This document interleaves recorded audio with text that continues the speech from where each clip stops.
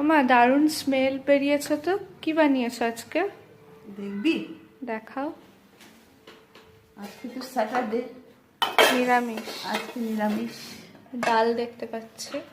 এই যে একটা পালং শাক দিয়ে 5 রকম সবজি দিয়ে একটা ঘ্যাট বানিয়েছি। কোনো মশলা দেইনি কিন্তু, শুধু এই দেখ কড়াই ডালের বড়ি ভেজে দিয়েছি আর সব রকম পাত মেশানো তরকারি দিয়েছি। এটা তো ডাল। আর এটা হচ্ছে চাটনি, আমার ফেভারিট চাটনি, আমড়ার চাটনি। আর এটা তোর ফেভারিট ছানার ডালনা।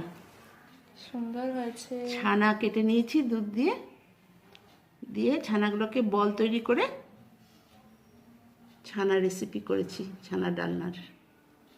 এবার খেতে বসে পড়। গরম গরম ভাত।